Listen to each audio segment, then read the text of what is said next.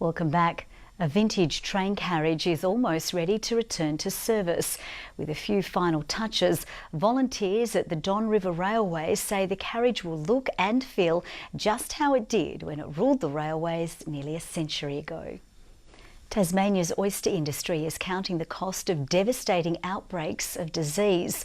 Biosecurity authorities have confirmed the detection of Pacific oyster mortality syndrome near Cygnet last month, which caused significant stock losses.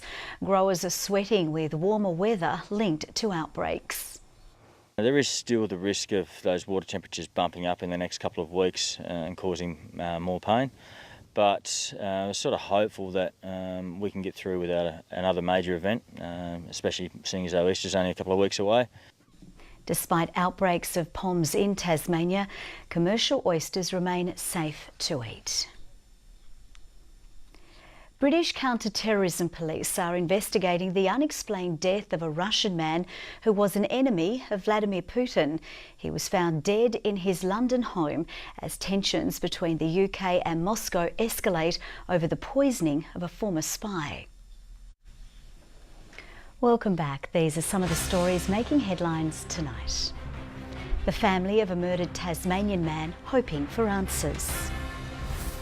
Donald Trump fires America's Secretary of State. Physicist Stephen Hawking dies aged 76.